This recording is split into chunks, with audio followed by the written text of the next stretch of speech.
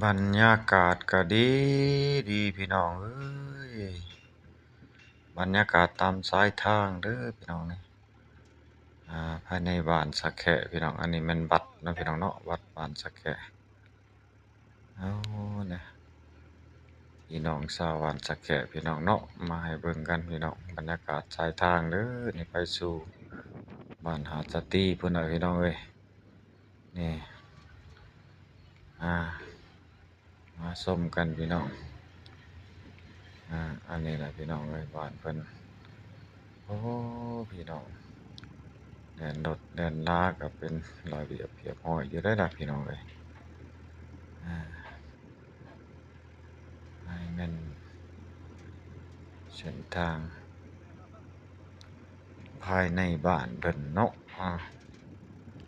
มาให้เบิ่งให้ชมกันพี่น้องอ่าผู้บ่เคยเห็นก็ชมกันพี่น้องผู้บ่ทันเคยได้มาอ่าอันนี้ก็เป็นสายทางจากบ้านสักแขะพี่น้องเข้าไปสู่บ้านหาดสตรีพี่น้องก็สิไปเลยล่ะพี่น้องเนาะไปพุ่นน่ะฮอดสวนครัวพุ่นน่ะจังสิกลับลงมาอ่าเข้ามาสู่ลังหา12พี่น้องไปทางเบิ่ง